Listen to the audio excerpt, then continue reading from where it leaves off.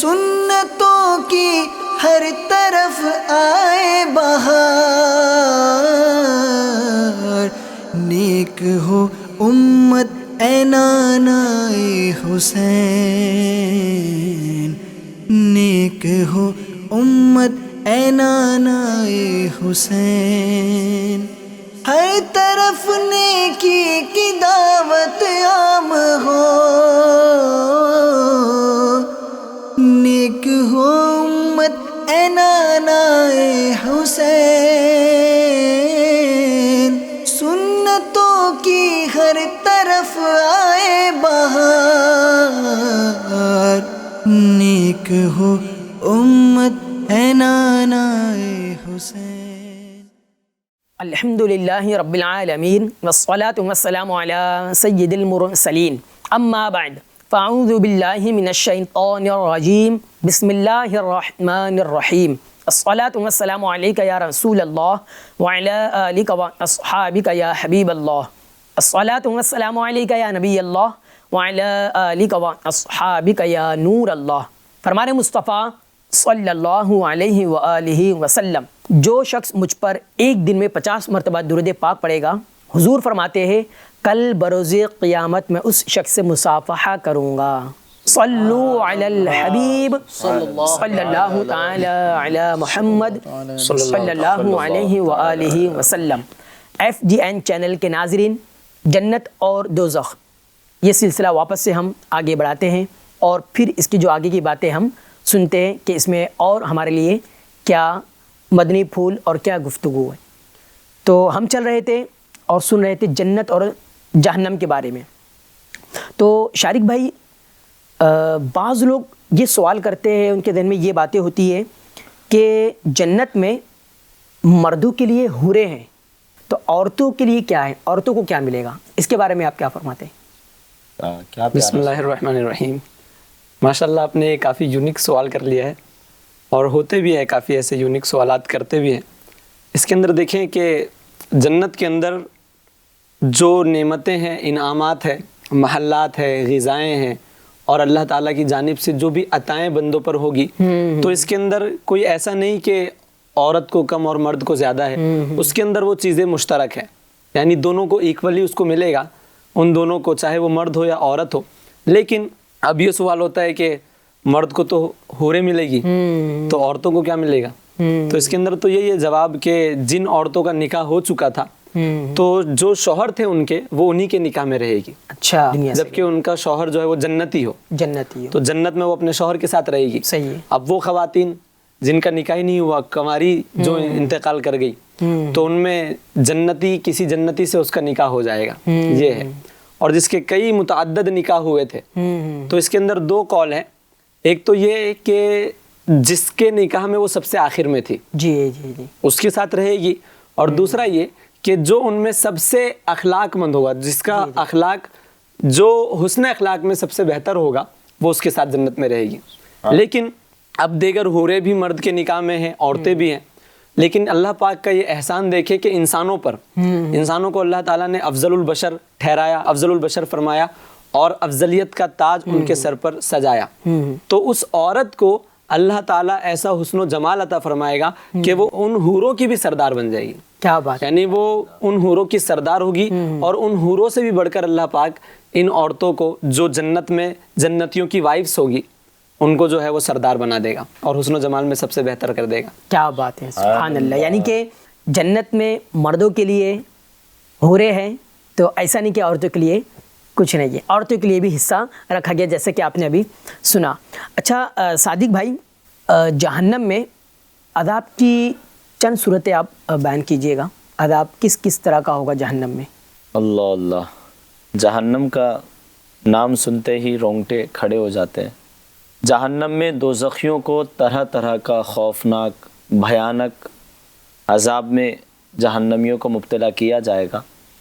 ان عذابوں کی قسموں اور ان کی کیفیتوں کو اللہ تبارک و تعالیٰ کے سوا کوئی نہیں جانتا، لیکن ہماری عبرت کے لیے، تاکہ لوگ جو ہے وہ ایسے اعمال نہ کرے کہ اللہ پاک انہیں جہنم میں داخل کرے۔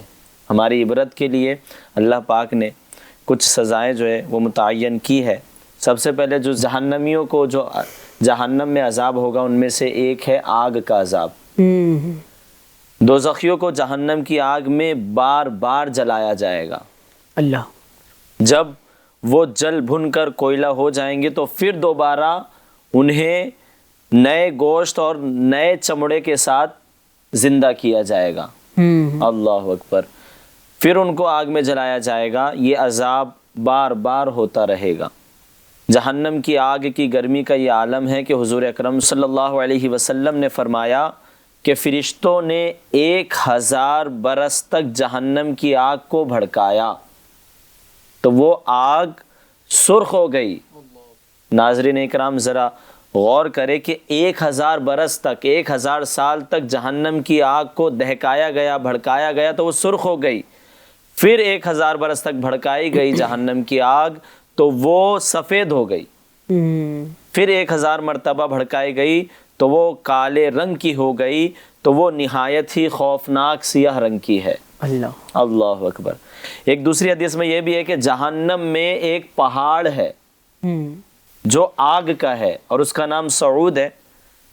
دوزخیوں کو اس کے اوپر چڑھایا جائے گا اور اس کے اوپر چڑھنے میں دوزخیوں کو 70 برس لگیں گے. 70 برس میں اوپر پہنچیں گے. پھر اوپر سے نیچے گرایا جائے گا تو 70 برس میں نیچے پہنچے گے جہنمی. اللہ اکبر. اسی طرح ہمیشہ عذاب دیا جاتا رہے گا.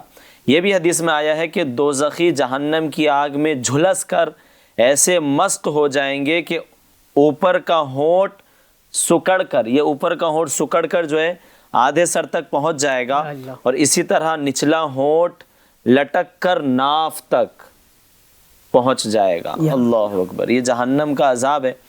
اسی طرح یہ بھی روایت میں ہے یہ آگ کا عذاب دیا جائے گا اور جہنمی جو سب سے کم درجے کا جہنمی ہوگا اسے آگ کے جوتے پہنائے جائیں گے اور جس کی گرمی سے تپش سے اس جہنمی کا بھیجا دماغ ایسا کھولے گا جیسے چولہے پر ہنڈیا کھولتی ہے. اللہ. ذرا غور کرے. یہ بھی روایت میں ہے کہ جہنم میں ایک تنور ہے اوپر سے کم اور اندر سے چوڑا ہے. اس میں زناکار عورتوں اور مردوں کو ڈال دیا جائے گا تو آگ کے شعلوں میں وہ سب جلتے ہوئے تنور کے منہ تک اوپر آ جائیں گے. پھر ایک دم وہ شعلے بجھ جائیں گے تو وہ سب اوپر سے نیچے تنور کی گہرائی میں گر پڑیں گے. یہ آگ کا عذاب اس طرح دیا جائے گا. اسی طرح ایک عذاب ہے خونی دریا کا عذاب. خونی دریا. یا اللہ. کچھ دوزخیوں کو خون کے دریا میں ڈال دیا جائے گا. اللہ اکبر. تو وہ تیرتے ہوئے کنارے کی طرف آئیں گے تو ایک فرشتہ ایک پتھر کی چٹان ان کے منہ پر اس زور سے مارے گا کہ وہ پھر بیچ دریا میں پلٹ کر چلے جائیں گے. اللہ. بار بار یہی عذاب ان کو دیا جاتا رہے گا. یہ سود کھوروں کا گروہ ہوگا یا اللہ جو سود کھاتے ہیں. اسی طرح گل پھڑے چیرنے کا عذاب. یہاں سے یہ گل پھڑے چیرنے کا عذاب بھی ہوگا. کچھ لوگوں کو جہنم میں اس طرح عذاب دیا جائے گا کہ ایک فرشتہ ان کو لٹا کر ایک سنسی ان کے منہ میں ڈالے گا اور ایک گل پھڑے کو اس قدر پھاڑ دے گا کہ اس کا شگاف اس کے سر کے پچھلے حصے تک پہنچ جائے گا. اللہ. یعنی وہ ایک ہتھیار ہوگا جسے مطلب ایک درانتی سمجھ لو. وہ ڈالے گا یہاں گل پھڑے میں اور پھاڑتا ہوا جو ہے نا وہ پیچھے اس کی گدی تک لے جائے گا. یا اللہ. اللہ اکبر.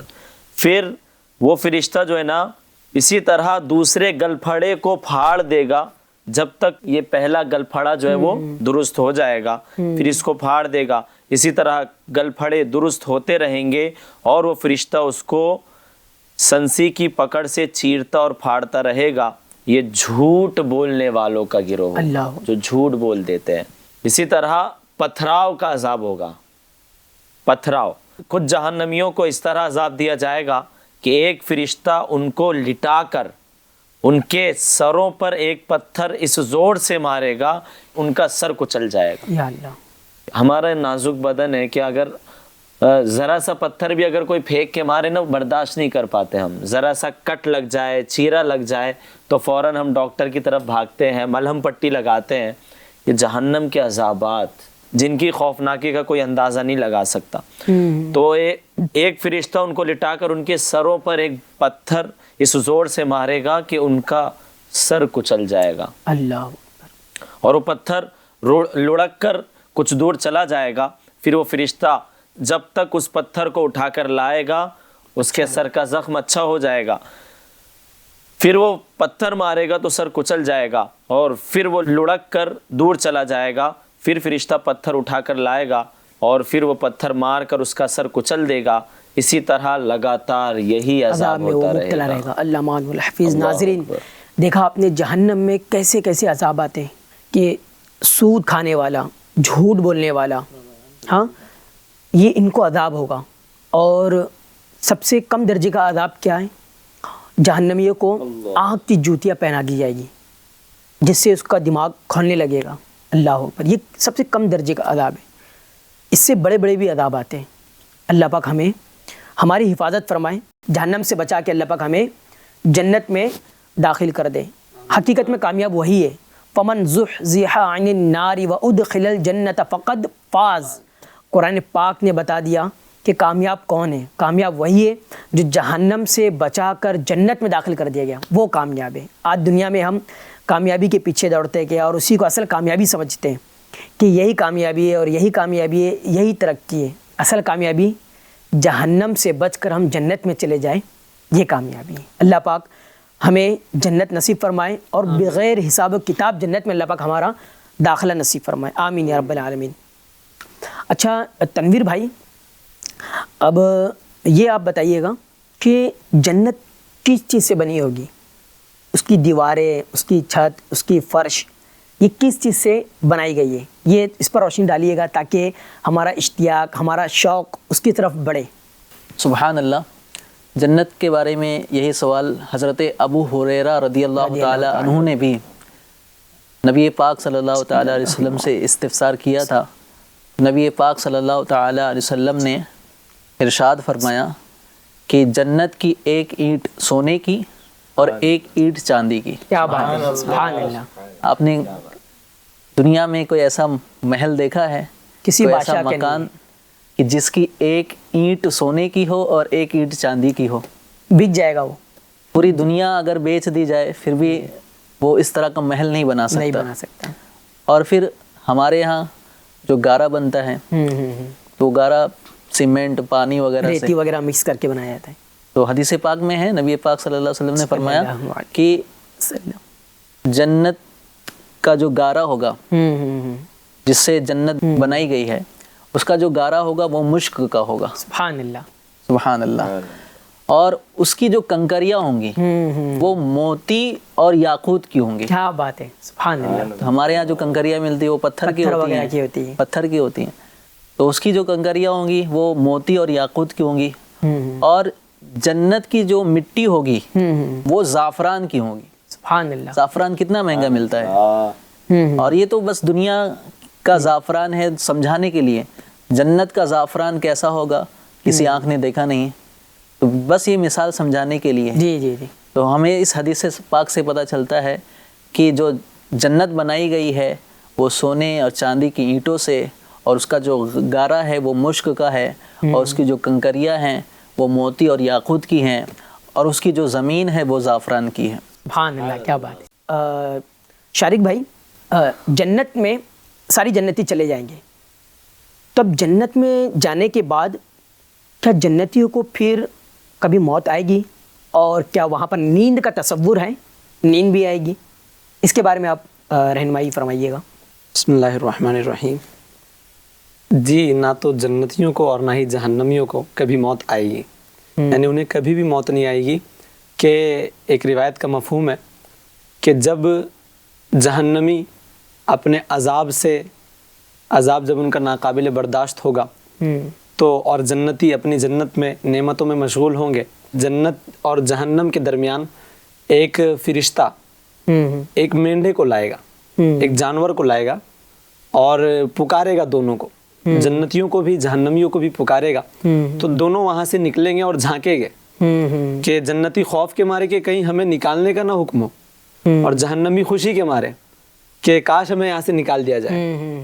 تو فرشتہ کہے گا کہ تم جانتے ہو کہ یہ جانور کیا ہے اور یہ کیا چیز ہے؟ جی. تو وہ کہیں گے ہمیں نہیں پتا. تو وہ کہے گا فرشتہ یہ مینڈا ہے, یہ موت ہے. اور پھر وہ ان کے سامنے اس مینڈے کو ذبح کر دے گا, ذبح کرے گا, اور پھر فرمائے گا کہ جنتیوں تمہیں خوشخبری ہو, ہمیشہ کے لیے تمہیں مبارک ہو کہ آج کے بعد تمہیں کبھی موت نہیں آنی. نہیں آئے گی. کیا بات ہے, ایک بار جو جنت میں چلے گیا اور پھر موت نہیں ہے, یعنی وہاں پر موت کو بھی موت آ جائے گی. موت کو بھی موت آ جائے گی. جی. جب موت کو بھی موت آ گئی تو اب لہٰذا دیگر جو جنت کے اندر جنتی ہوں گے اور جہنمیوں کو کبھی پھر موت نہیں آئے گی. پھر اسی طرح جہنمی مایوس ہو کر جہنم میں جائیں گے کہ اب یہاں سے نکلنا نہیں, اور جنتی جو ہے وہ ان کی خوشیوں میں مزید اضافہ ہو جائے گا کہ اب ہمیں یہاں سے نہیں نکلنا. سبحان اللہ. اور تو لہٰذا جنت میں کبھی موت نہیں ہوگی. اور دوسرا سوال کہ جس طرح نیند, اور اس کا حدیث پاک میں مفہوم ہے کہ چونکہ یہ نیند بھی ایک موت ہی کی جنس میں سے ہے, موت کی طرح ہے, تو لہٰذا ان جنتیوں کو کبھی نیند بھی نہیں آئے گی. کیونکہ موت نہیں ہے اور نیند کو موت سے مشابہت ہے, تو نیند بھی نہیں ہے. کیا بات ہے. اچھا تنویر بھائی, دنیا میں جس طرح ہماری ایک عمر ہے, ہاں, کوئی 10 سال کا, 50 سال کا, 100 سال کا, ایک صدی پوری ہو گئی, بعض ہوتے ایک صدی پوری کراس ہو جاتی ہے, یہ عمریں ہوتی ہے دنیا میں. پھر ان کا ایک قد بھی ہوتا ہے, دنیا میں ہمارا ایک قد ہوتا ہے, ہائٹ ہوتی ہے ہماری, کوئی 5 فٹ 6 اس طرح سے ہوتا ہے. تو کیا جنت میں جنتوں کی کوئی عمر ہوگی, ان کی ہائٹ ہوگی؟ جنت میں جنتوں کی کیا عمریں ہوگی, ان کا قد کتنا ہوگا؟ شہاب الدین میں اس میں 2-3 باتیں ہیں. جنت میں چاہے وہ بوڑھا ہو یا بچہ, کوئی دنیا میں بچپن میں انتقال کر جاتا ہے, کوئی بڑھاپے میں, کوئی جوانی میں, جنت میں سارے کے سارے جوان 30 سال کے ہوں گے. سبحان اللہ, کیا بات ہے. سب کی عمریں 30 سال کی ہوں گی. جی. اور ان کی جو صورت ہوگی وہ ہمارے بابا حضرت آدم علیہ السلام کی صورت پر ان کی صورت ہوگی. کیا بات ہے. اور ان کے قد کی بات ہے تو ان کا قد 60 ہاتھ کے برابر ہوگا, 60 ہاتھ لمبا ہوگا, اور 1 ہاتھ آدھے گز کا ہوتا ہے, آدھے گز کا. یوں ان کا قد 30 گز کا ہوگا. یعنی ایج بھی 30 اور ہائٹ بھی 30. ہاں, یہ جو ماشاءاللہ بھی بیان کیا, یہ نوجوان ہوں گے 30 سال کے, تو نبی پاک صلی اللہ علیہ وسلم کا ایک بہت پیارا واقعہ مجھے یاد آ گیا کہ ایک بوڑھی عورت حضور کی بارگاہ میں آتی ہے اور کہتی ہے کہ یا رسول اللہ صلی اللہ علیہ وسلم, آپ دعا فرمائیں کہ اللہ پاک مجھے جنت میں داخل فرما دے, جنت دے دے. تو میرے آقا صلی اللہ علیہ وسلم نے فرمایا کہ بوڑھی عورت جنت میں نہیں جائے گی. تو وہ رو کے جانے لگی. نبی پاک صلی اللہ علیہ وسلم بھی مزاح فرماتے تھے, آپ خوش طبعی فرماتے تھے, ہے نا, اور آپ کی خوش طبعی میں حق ہوتا تھا, بے شک حق, جھوٹ کی ملاوٹ نہیں تھی, سچ آپ بولتے تھے. صحیح. تو نبی پاک صلی اللہ علیہ وسلم نے فرمایا کہ جاؤ ان کو کہہ دو کہ کوئی بوڑھی جنت میں نہیں جائے گی, بلکہ جتنے بوڑھے رہیں گے سب جوان ہو کر جنت میں جائیں گے. سبحان اللہ, کیا بات ہے. سبحان اللہ. دیکھا ناظرین آپ نے, جنت میں جنتیوں کی عمر 30 اور ایک روایت میں 33, اور ان کا قد کیا ہوگا, وہ بھی 30 گز کا ہوگا. اور اس سے ہمیں سیکھنے بھی ملا کہ ہمیں مذاق کرنا ہو. ہاں, بعض ہم ہوتے ہیں نا مذاق کرتے ہیں, تمسخر کرتے ہیں, تو اس میں جھوٹ کی آمیزش ہوتی ہے, جھوٹ کی ملاوٹ ہوتی ہے, ہم جھوٹ بول دیتے ہیں. تو جھوٹ سے بچنا چاہیے.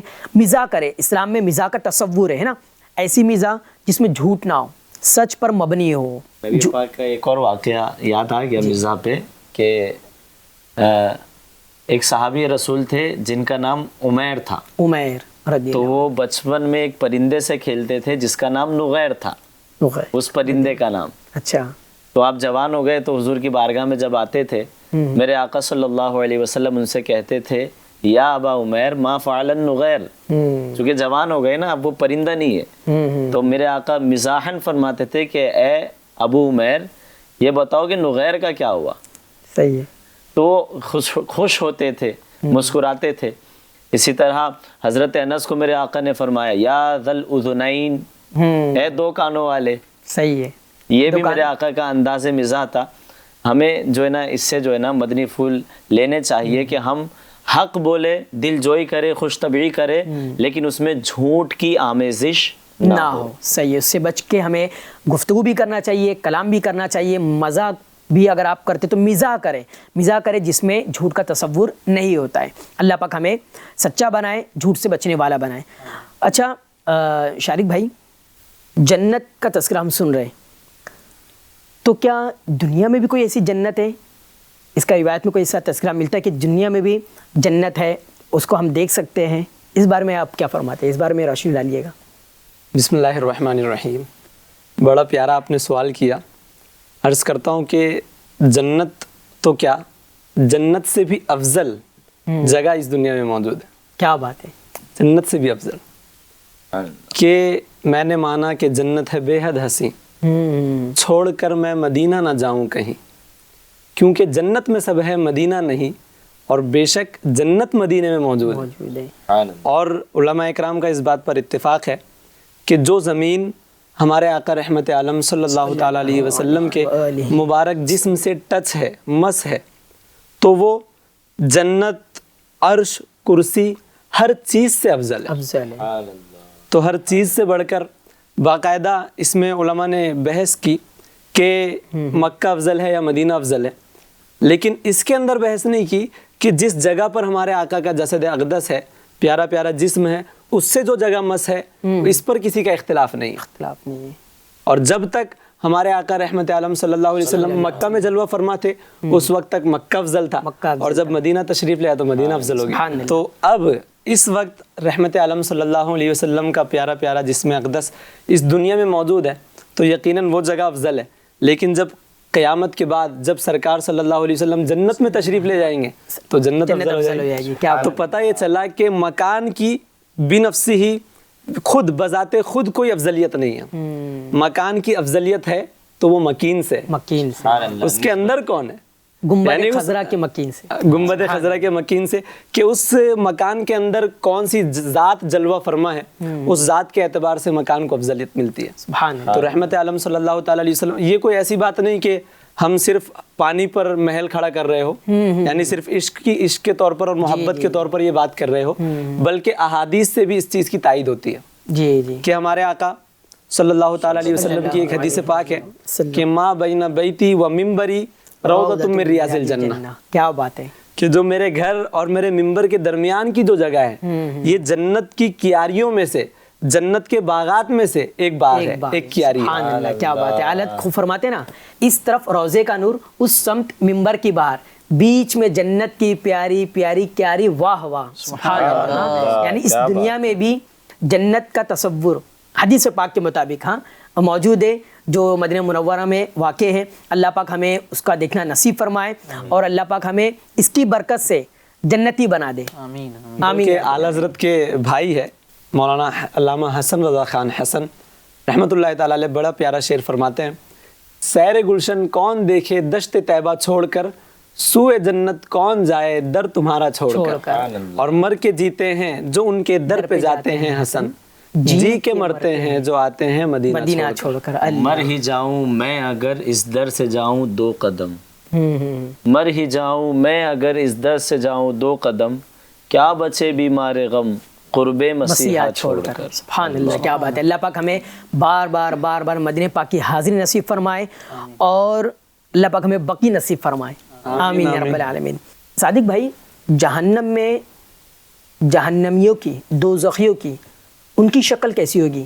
اس کے بارے میں روایت میں کیا ملتا ہے؟ جہنمیوں کی جو شکلیں ہیں وہ اس قدر بھیانک اور خوفناک ہوگی کہ اگر کسی جہنمی کو اگر دنیا میں لایا جائے تو اس کی بدصورتی اور بدبو کی وجہ سے ساری دنیا والے مر جائے. اللہ اس کی جو ایک داڑھ ہوگی نا، یہ داڑھ یہ احد پہاڑ کے برابر ہوگی، اور اس کا جو یہ شانہ ہوگا، کندھا، یہاں سے لے کر یہاں تک، اس کے درمیان جو گیپ ہوگا وہ اگر تیز گھوڑ سوار اس شانے سے لے کر اس شانے تک جائے تو اسے 3 دن لگے. 3 دن کی مسافت ہوگی. اسی طرح اس کی جو زبان ہوگی وہ 1-2 کوس دور تک لٹکی ہوگی.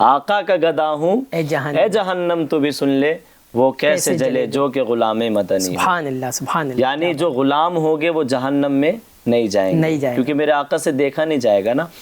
اب بہت لوگ جو ہے نا کہ ہم غلام ہیں، ہم جہنم سے بے خوف ہو گئے۔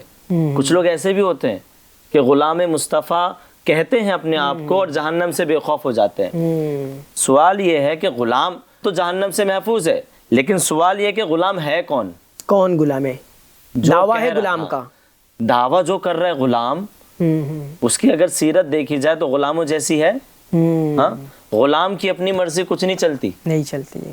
ہم غلام ہیں تو وہاں صرف جو ہے آقا کی مرضی چلے گی، آقا کی مرضی چلے گی، تو ہمیں جو ہے نا غلاموں والی زندگی گزارنی ہے، حضور کے نقش قدم ہاں، پر، حضور کے نقش قدم پہ چلنا ہے، تو انشاءاللہ پھر بیڑا پار ہوگا، ورنہ صرف دعوے سے بیڑا پار نہیں ہوگا، بلکہ ہمیں جو ہے نا میدان میں اترنا پڑے گا، عملی میدان میں عملی میدان میں اترنا پڑے گا، کردار اپنا سنوارنا پڑے گا، حضور صلی اللہ علیہ وسلم کی سیرت طیبہ پر عمل کرنا ہوگا، ورنہ پھر دعوے سے خالی یہ جنت نہیں ملنے والی۔ ناظرین، دیکھا آپ نے، سنا آپ نے کہ جنت کے بارے میں اور جہنم کے بارے میں۔ آخر میں ہم نے سنا کہ جہنم میں کون داخل نہیں ہوں گے؟ جہنم میں حضور کے غلام داخل نہیں ہوں گے، غلام رسول، غلام مصطفیٰ صلی اللہ علیہ وآلہ وسلم یہ داخل نہیں ہوں گے۔ مگر ہم دعویٰ تو کرتے ہیں کہ ہم حضور کے غلام ہیں، غلامی رسول میں موت بھی قبول ہے، بے شک دعویٰ ہے ہمارے پاس، دعوے کے ساتھ دلیل بھی ضروری ہے، بغیر دلیل کی دعویٰ قبول نہیں ہوتا۔ تو ہم اپنے پاس دلیل بھی رکھیں، اپنی صورت بھی ہم غلاموں والی رکھیں کہ دور سے دیکھے تو لگے کہ ہاں یہ عاشق رسول ہے، ہاں سر پہ زلفے ہو، امامہ ہو، اسلامک ڈریس ہو، سنت کے پابند ہو، نماز کی پابندی ہو، تو یہ اصلی غلام ہے، یہ غلامی ہے، اسی غلامی کی بات ہو رہی ہے۔ تو انشاءاللہ تعالیٰ یہ ایسی غلامی ہے کہ اس سے جہنم سے بچ کر انشاءاللہ تعالیٰ جنت میں جائیں گے۔ اللہ پاک سے دعا ہے کہ اللہ پاک ہمیں عمل کی توفیق عطا فرمائے، اور اللہ پاک ہمیں دنیا میں اپنی رضا والے کام کرنے کی توفیق عطا فرمائے، آمین یا رب العالمین۔ ناظرین، پھر اس سلسلے کا وقت ختم ہوا چاہتا ہے، اور پھر آپ سے اجازت چاہتے ہیں، پھر ہم اگلے ایپیسوڈ میں آپ سے ملیں گے ایک نئے موضوع کے ساتھ۔ جب تک کہ آپ دیکھتے رہیے FGN چینل۔ صلو علی الحبیب صلی اللہ تعالی علی محمد صلی اللہ علیہ وآلہ وسلم۔ سنتوں کی ہر طرف آئے بہار، نیک ہو امت اے نانائے حسین، نیک ہو امت اے نانائے حسین، ہر طرف نیکی کی دعوت عام ہو، نیک ہو امت اے نانائے حسین،